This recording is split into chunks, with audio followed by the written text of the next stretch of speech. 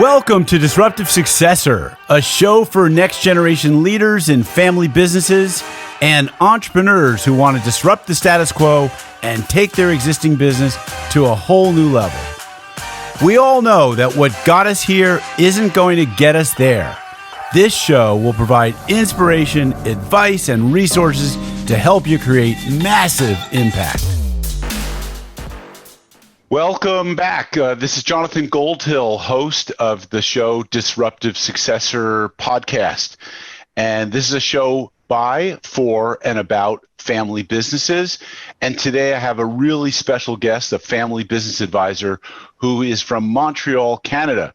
His name is Steve Legler, and he grew up in a family business, which he expected to eventually succeed and take over for his dad. But his story didn't end that way. It ended a different way. Steve is an author of two books, one called Shift Your Family, the other called Interdependent Wealth. And Steve and I are going to start in a conversation where you're going to learn a little bit about him. So Steve, welcome to my show today. Well, thank you, Jonathan, for having me. And I hope that we can have an interesting conversation that will be enlightening and entertaining for your listeners. And who knows? I don't know where this is going, but let's go. Let's get started with, so you came out of college or came out of graduate school and went into the family business. Tell us what that whole process looked like. Well, okay, so I want to back you up a bit. I was born into a family where I was the first son. So I have two older sisters. Mm-hmm. And it was a steel fabricating business, so it was kind of a dirty business. I was born in 1964. So back then, women or girls going into dad's business was not so popular. And my dad was so happy to have a son. And so my earliest memories were that I was going to go and succeed my dad. So I went and I did my undergrad here in Montreal at McGill. I studied business because that's what you have to study when you're supposed to go and take over dad's business. And so that's what I did. I went straight into working for the business straight out of undergrad, worked there 3 years, and then it was time to go do my MBA, which I did. And then I came back, and on my first day back, my dad called me into his office as I walked by and said, come here, sit down, close the door. We've got to talk. Things have been going downhill in the last little while. All our markets are disappearing. So we have to close, we have to merge, we have to sell, we have to do something. Wow. And I was like, oh. Wow. Now, had you already been in the business for like some time? Yeah, I had worked like high school and there. College? And I did all the summers during high school and all that. Okay, all right. And most importantly, in my head, this was my path. It was the path of least resistance. It wasn't my desire, my drive, but it was my dutiful son path of this is what's expected of me, so this is what I'm going to do. Gotcha. So what happened that 6 months later, we went from 250 employees down to 4 because we sold all the operations. And two of the 4 were named Steve Legler. My dad had bought a farm and he went off to, take care of breeding some cows. Mm-hmm. And I was left with whatever was left, which was some real estate that we kept, some money from the proceeds of the sale of the operations, some patented products that we had licensed to some people. So there was just enough to have like a little job here. Gotcha. And by the way, what happened to your siblings in this process? Were they excluded, not interested? They were spared. They were spared because they were already off on their own path. So one of my sisters became a CPA and is now a realtor. Right. And the other one is an oncologist, and she went to med school, and now she's doing what she knows how to do to save people, and I've got the sun shining. You do. There you go. Oh, wow, that's really bad. So now that's better if you can stay there. Yeah, until the sun moves pretty quick. So this is interesting, and this was kind of like your birthright, you thought, and maybe yes, maybe no, and then more of an obligation, actually. Okay. After I digested the fact that this preordained path for me was not going to happen, there was actually more relief than anything else. What I didn't do, and when you told me about your book and who your you're aiming it at people who want to take something and really build on it and take it to the next level. Right. I love that idea, but it's not my story. But now I do work with families as a consultant, as an advisor, where, you know, figuring out how to get what one generation worked for, transition to the next generation is a lot of what I talk about. It's often more about sort of maintaining what's there. But what anyone who spends any time in the family business space quickly comes to learn is that the problem with sustainability of family business is, even if the assets grow at a real nice clip, the pool of family members 3 generations down the road multiplies geometrically much faster than the assets in many cases, right? So you have a business and it's $100 million in sales and you grow it and you know 5-6 years later it's 500 million. Okay, great. Meanwhile, you take a generation that was one household with 4 kids, and then they each go and have 4 kids. And next thing you know, you got 20 households living off this same one business.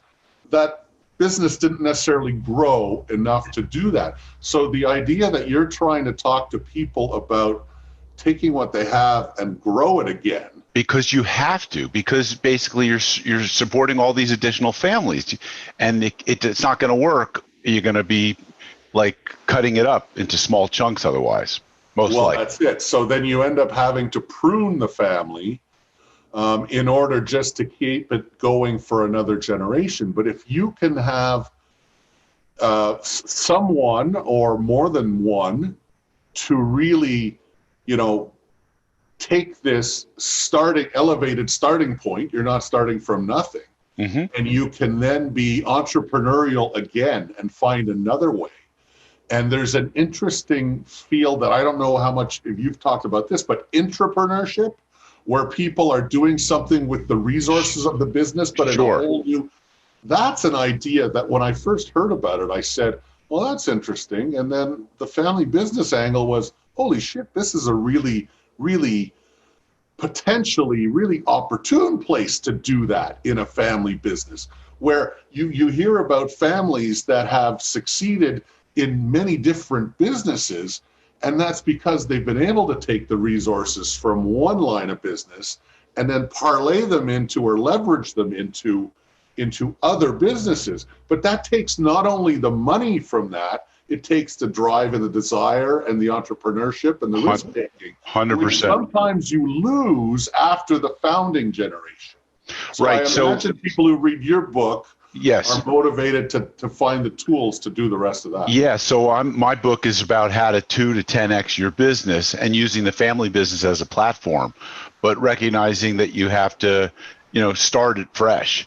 But it could be used by any entrepreneur that wants to scale their business. And so I'm sure you see families where they have transgenerational entrepreneurship, where the next generation wants to start a business, but they're not wanting to go into the steel fabrication business or into the, you know, photochemical or whatever the, you know, yesterday's industry was. They were like, no, I want to do something in technology, or I want to do something with software, or I want to do so, or they want to take something that's an offshoot. You call it, I call it the corridor theory of entrepreneurship, which is as you're going down the corridor, maybe looking at the next entrepreneurial venture, you open up a door and you go, oh, wow, that room is a lot bigger. This is a bigger opportunity. This is better. This is a better fit. So, well, there's something new here that's additional, or it's often complementary. Yes.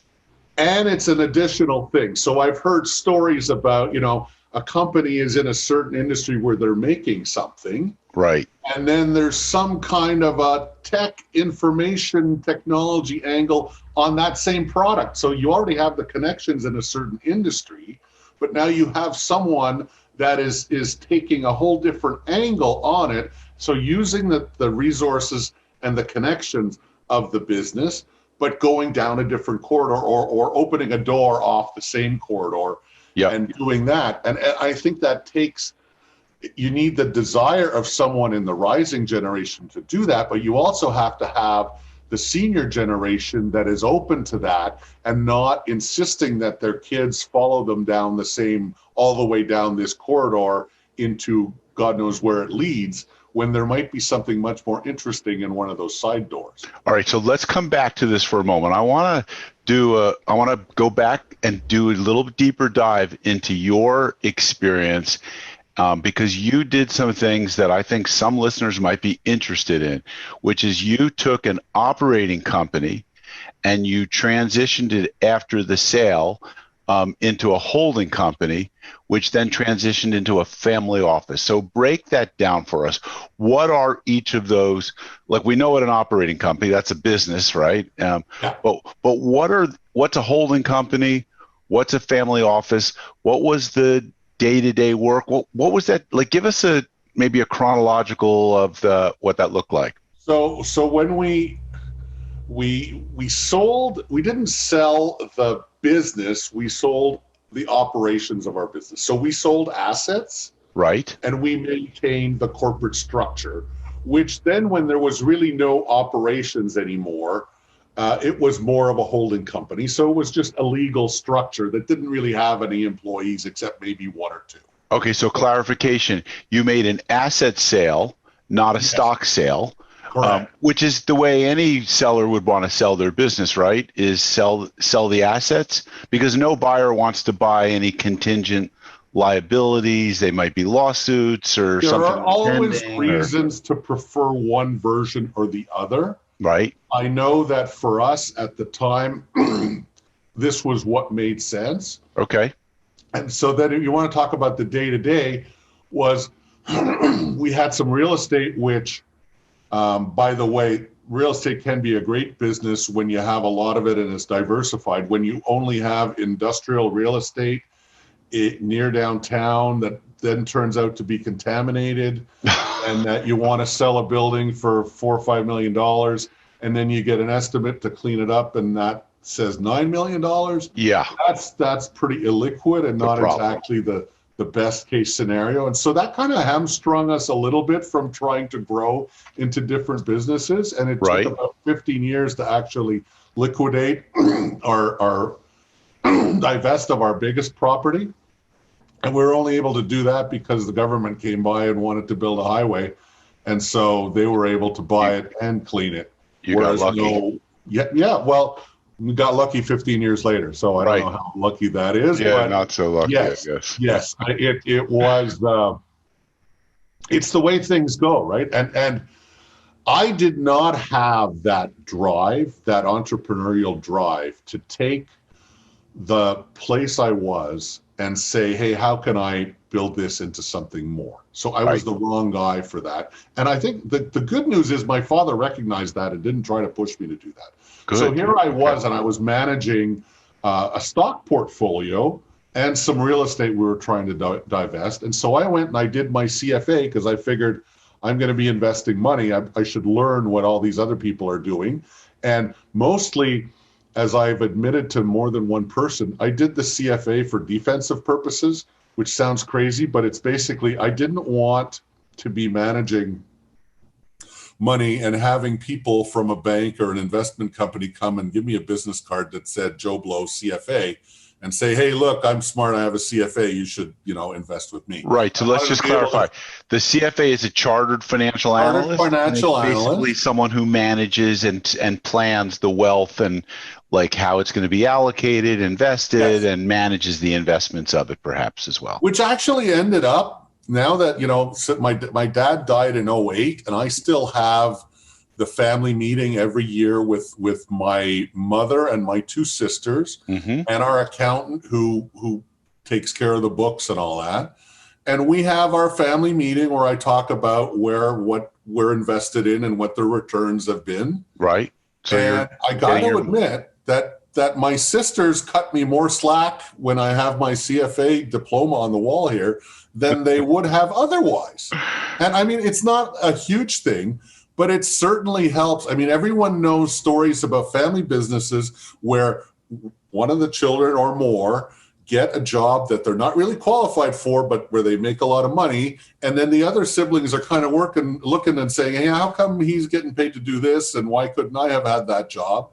At least the job that I was left with vis-a-vis the family is something that I am qualified for. Yes, and certified as well. So we got both. We got it both bases covered. So, all right. So you're now in this holding company.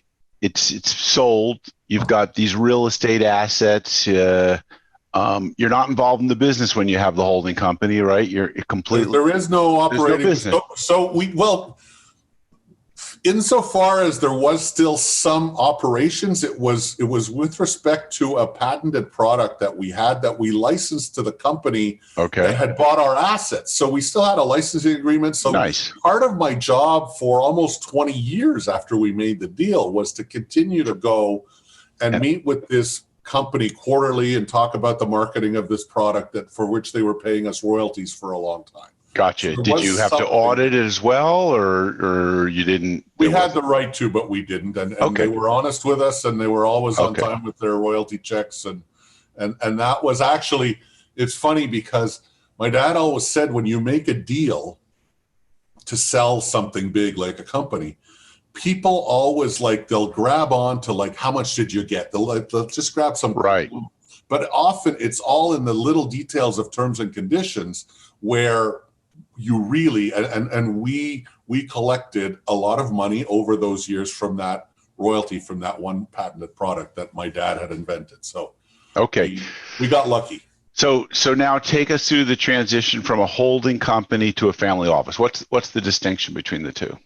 So it's more in name than in difference. It was the way I can look at it is more.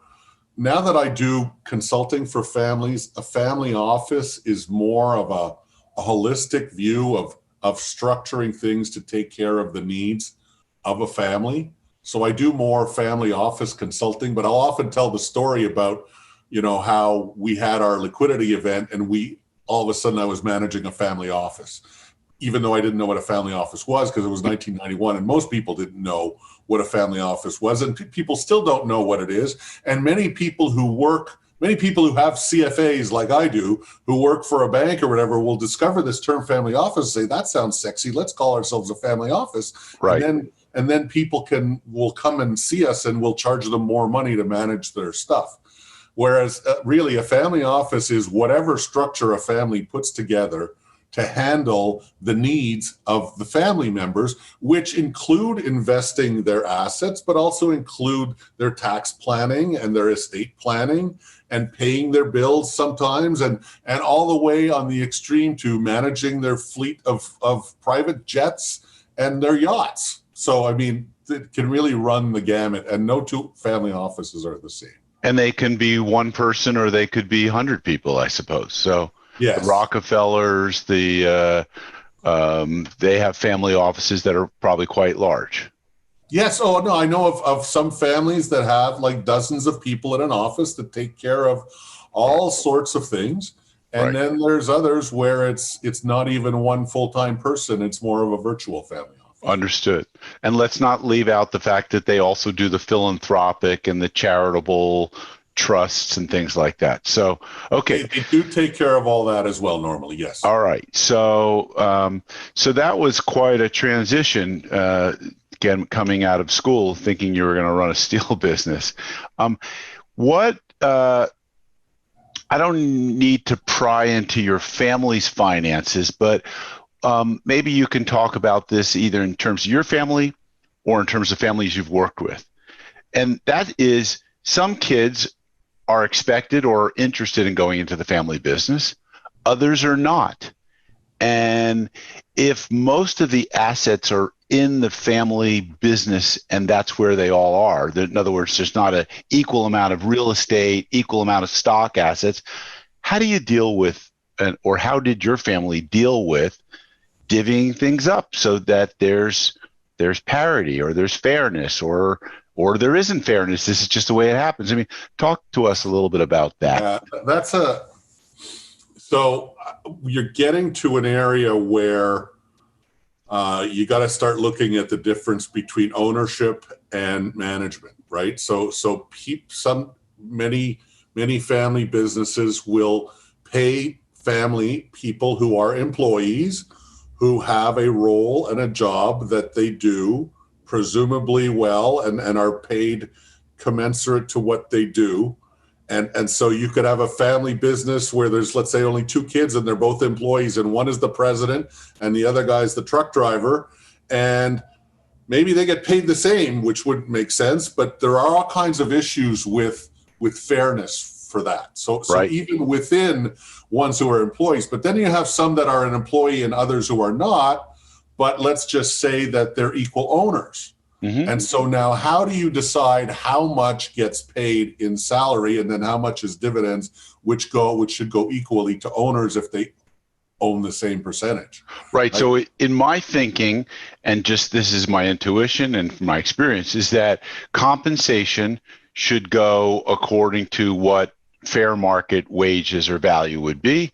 And if you're going to compensate a family member a little more, let's say you have two people who are in a same sales type positions, one's a family member, that you keep it to 5, maybe max 10% more than what that fair market wage is. So the compensation picture to me is the easy picture. It's the equity and the distribution of the equity that's more trickier. So one guy's a truck driver, the other guy's a president. Hopefully, it's presumed that the president is driving a lot more value in that business and should get more value. But so how does a dad or a founder or, family members have these conversations? And, what's your experience? What's the best practice here? So the experience is normally all this stuff is figured out before, and then they complain about it. Ideally, they would be able to have a discussion and co-create something that looks fair and is fair. I've heard different versions of ways people deal with it. So yes, there's salary, there's dividends for ownership. There can also be bonuses. There can also be, I've heard about a company that did their bonus pool that rather than it being equal, it went by hours worked. So maybe the truck driver did a lot of overtime and actually worked more hours. They'd actually get more of the share of the bonus than the somebody who was only working part-time but had a decent salary. So there's all kinds of ways you can be creative. The problem is that most families don't actually get around to figuring this out together. And so somebody will have come up with a policy and it won't change until they have reason to address it. Meaning like someone complains loudly enough, I guess. Yes, and then maybe they bring in a consultant from the outside that sort of listens to it and then gets the other family members to understand that it's important to correct this imbalance. So I think there may be an underlying unspoken rule here, which is that if you don't have it decided, if you keep leaving it sort of in play for discussion, that it maybe is the path of least resistance for some family members. It's like, well, it's something that we're going to get around to discussing. It's on the table. That's going to be discussed at our next board meeting. And then it doesn't really ever get finalized. So you kick the can down the road, if you will. Kicking the can down the road is something family businesses are usually pretty good at. Right. And you mentioned the board. Well, if there is a board, right? Yeah, and plus the board really should be dealing with mostly business related stuff. Right. And a lot of these slippery subjects are actually more of something that a family council would look at if the family has a family council. Okay, so tell us the difference between a board and a family council. Tell the listeners. Okay, so a board is a board of directors of a company. Mm-hmm. Or advisors, right? So a board of advisors does not have any official power, whereas a board of directors does. Correct. Most family businesses will not have a board until at least into the second generation, and sometimes not until the third. Right. And they take care of, or they deal with business matters.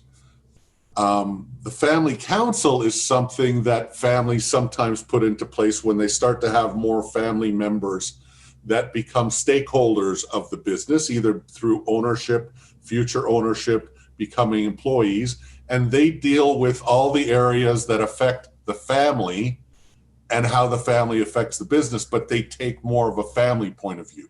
But this is a group that has actually no legal power. It is more of just a meeting of the Understood. something of the willing, right? So, but here's, I think, where some of the challenge lies, and from my experience, is that the council, the family members might get together and talk about the distribution of the equity, but without the advisors of an accountant or an attorney or someone who's a specialist who says, okay, well, this is how we're going to transfer it.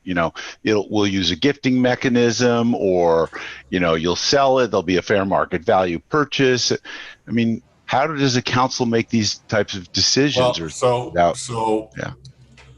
Ideally, the family council works together to figure out what makes sense for the family, and then turns to expert advisors and tells them, this is what we want to do. What's the best way to do it?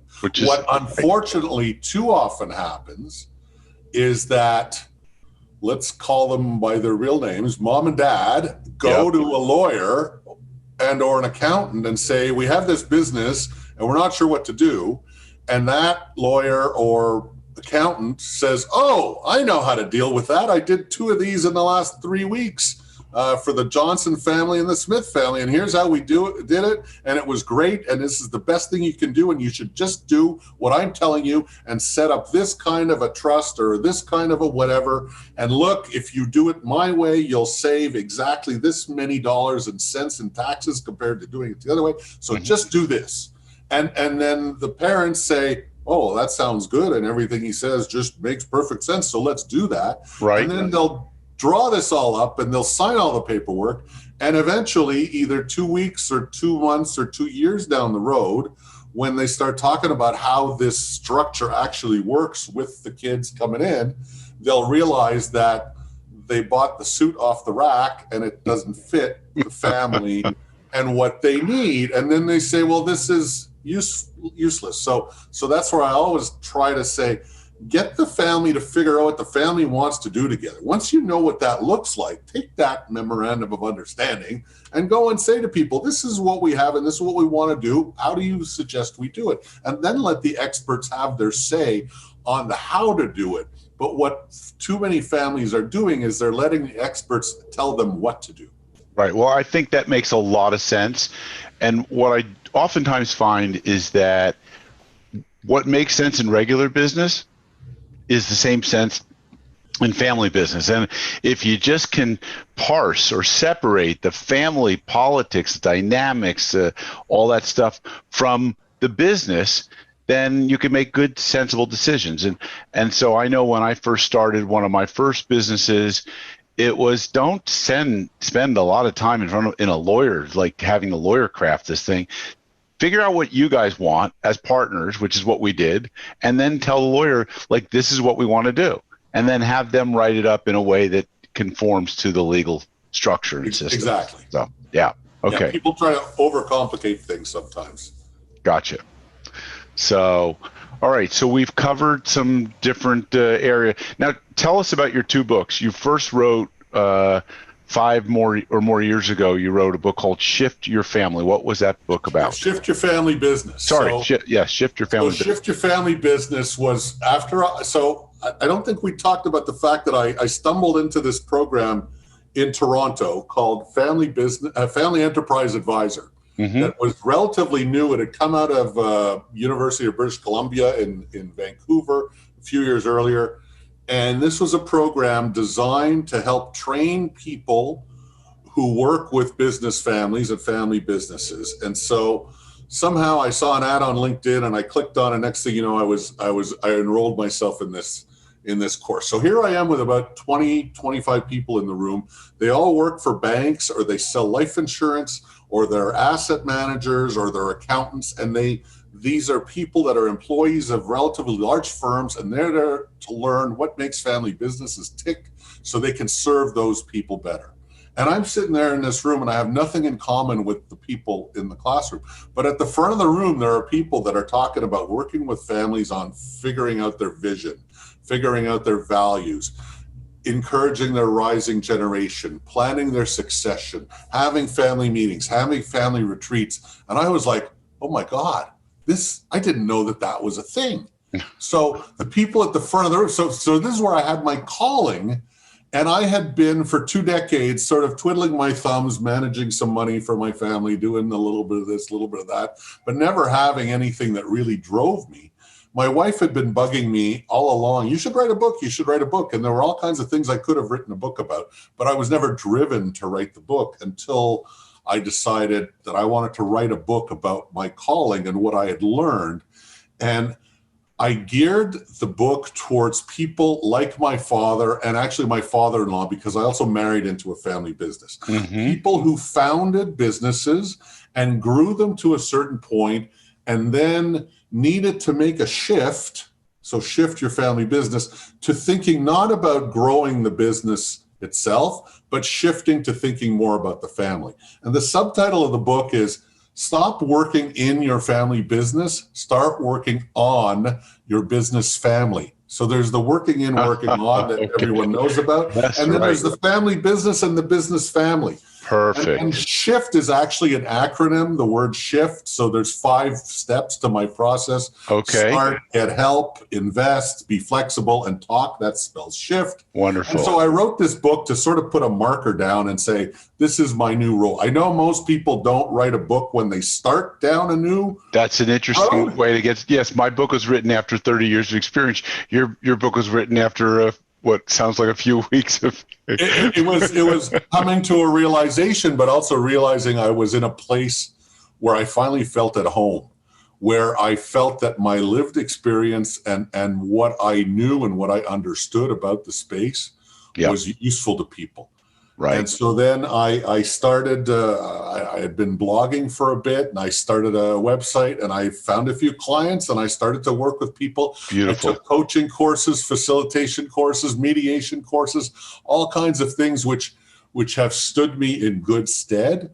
At the time I said, even if these didn't help me with clients, that they all made me a better husband and a better father.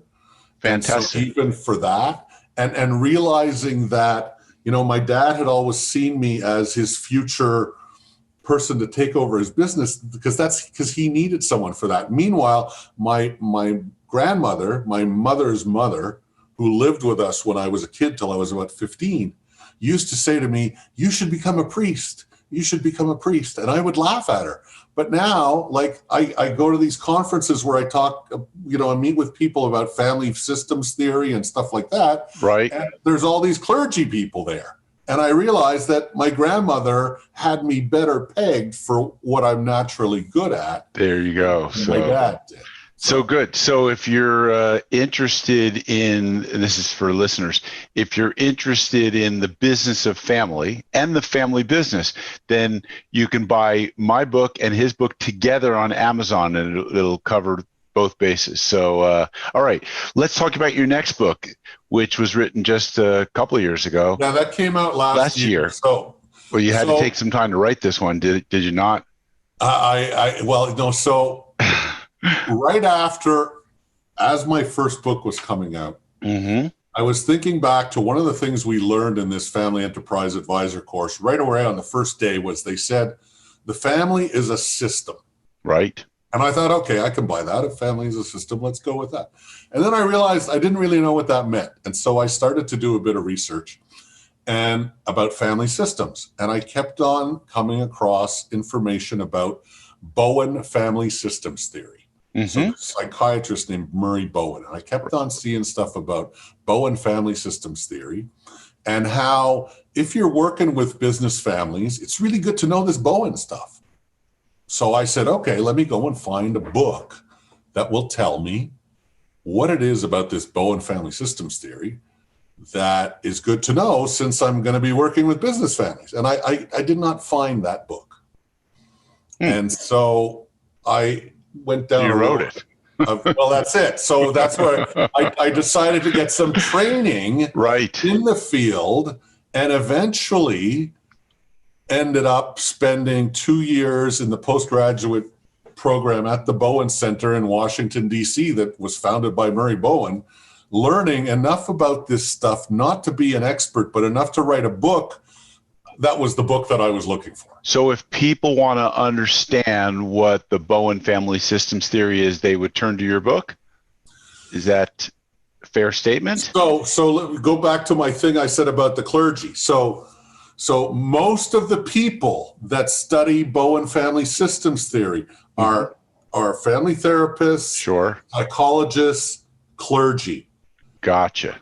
Maybe 5 to 10% of the people in the Bowen world are family business people. I see. Okay. And so I wanted to write a book that explained for people in the family business space, what is this Bowen stuff over here? Right, but they don't know who Bowen is. So what is it that what are the questions, or what's the pain or the problems? Okay. I'll get to that. And I wanted to write a book for the Bowen people that are in the other spaces, to get them to understand a little bit about the family business transition world. So I'm fond of having long subtitles to my book. So this one is How Family Systems Theory Illuminates Successful Intergenerational Wealth Transitions. Okay. Yeah. So it's all about wealth transition from one generation to the next. Understood. And so there are people that work in the Bowen world as clergy or therapists. That my book also illuminates some of the world of business transitions. Fantastic and important for them to know that stuff. So that's great. So the key to what I wanted to do was find, and I found that there are 15 main chapters in this book that all talk about things that come up in both places. So there are certain concepts that you hear about in Bowen, and there's certain things that you hear about in the intergenerational wealth transition. And so I wrote a chapter about those things. There's 15 chapters that talk about the overlaps of these two spaces. And so each chapter is like 9 to 12 pages about a certain topic. So it's bite-sized topics. It's not, if you read Steve's book now, you're going to know all this stuff. It's more for people who say, what is this Bowen stuff? And how can it help me? And how can I use parts of it? And presumably some people will read this book and say, I want to learn more, and I want to go and find a Bowen training program and learn more, because it's really one of those things that you really need to do the work for yourself. It's like, before you can go and really help another family with this stuff, you got to do your own work and figure out your own crap and deal with your own family stuff. And once you're able to deal with your place in your family system from your family of origin that you were born into, once you've sorted out all that stuff, then you can really go and help other people with their family dynamics. Gotcha. Good. And okay. Until then, you shouldn't be giving swimming lessons if you only learn from a book. Gotcha. So Interdependent Wealth by Steve Legler is the book that he's talking about. In my book, which by the way is trending #1 in business conflict and mediation on Amazon, and also business quality control. But I deal and I provide some frameworks for how to have difficult conversations and get through those conversations. And I think that's really important. The work of authors like Kim Scott, who talked about radical candor. So it sounds like yours is a much deeper dive into understanding the family dynamics and maybe how they play out in a business.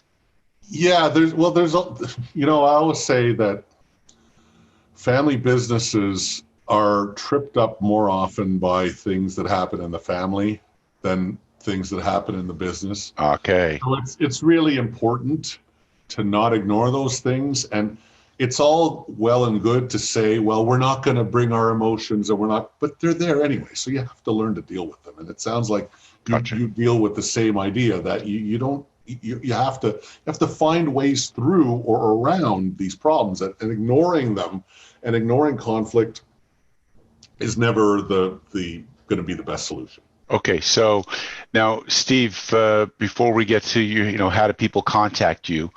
What is like the number one problem that people come to you to solve that you enjoy solving the most? What really excites you? And so if someone's still listening at this point, they're probably pretty tight, probably thinking like, so what does this guy, Steve, what's his name, Legler, do? I read this book. I think I'm getting a sense now. What's the number one problem that they come to, or what's a top problem that they come to you with? The generation that's in charge now has worked really hard to grow something and create something. And then they worry that either it's going to screw up their kids or their kids are going to screw it up. Gotcha. And it's one version or the other, or sometimes both of that. Okay. And it's preparing the rising generation. Right. And too often the parents either overestimate or underestimate their kids. Perfect. Great. And if you've ever coached any children's sport, you've seen that. There's the guy who thinks his son is the best and puts him out there to do everything, even though he's the worst player on the team. and then the next year, you'll have the guy whose son is the star of the team, but he treats him like crap and doesn't get nearly out of him what he could. And so it's helping the families with an outside objective view to properly evaluate where their kids are. Yep. And to help them come up with the best structure that has the best chance of success going forward. Awesome. And now, figuring out how the relationships between the siblings and the parents and the kids work. Beautiful. And so you're a coach and a mediator and a facilitator playing in between the spaces there. Yeah. I think the book sounds like a great place for them to start. And you're on the East Coast. I'm on the West Coast. If someone wants to talk with me, it sounds like we could hum a few bars here around the same stuff. Is there an assessment or something that you have, like a leading instrument that you offer? I like that question, but I don't like it because I don't have one. Okay. And I love it when I hear people that are even more, like way more experienced than me, that come up with the same answer and say, this is not science, it's art. Yeah. I do it more by the seat of my pants than anything else. I'm the same way. I understand. And I know that people use assessments and use them well, and if they can, then good for them. But it's not my style. It's a good tool to get people started in the conversation. But look, for those people who have the patience to read a book, that's probably a more thorough place to start. Is it available on audio? Is it available on any other? I haven't done the audio thing. Okay. But they're on Amazon. They're on Kindle. Fantastic. It's print on demand. But for people who like smaller bite-sized stuff, I do write a blog every week, and I've been doing it for over 7 years religiously. So there's like 400 blogs on my website. I always say when people say, how do people find you? I say, I'm lucky. I have a simple name, Steve Legler. It's short. It's easy to pronounce. There's only one vowel. It's an E. It shows up 4 times. And even though it's all those things, it's not common. So if you Google me, you'll find me. If you Google Steve Legler, I should show up. And if you put family business, I will definitely show up. Awesome. So and you'll get driven to my website where you can subscribe to the newsletter for free. Perfect. or the blogs. And you can read stuff on all kinds of things that I've been writing. And I always tell people I write from my head and my heart. And so it's not a business thing. It's all related to families and family office, family business, family transitions, families working together, people who own assets together and trying to figure out how to get through that next transition, whether it be a year from now or 20 years from now. Fantastic. Well, you've heard it here. The sun was literally shining through Steve as he was communicating this, and you could see his brilliance. It was like gold light coming across the screen. Steve, thank you so much. This is Jonathan Goldhill, where we tell stories and talk to advisors about family businesses, for family businesses, and for next generation leaders. And this is the Disruptive Successor podcast. Thank you.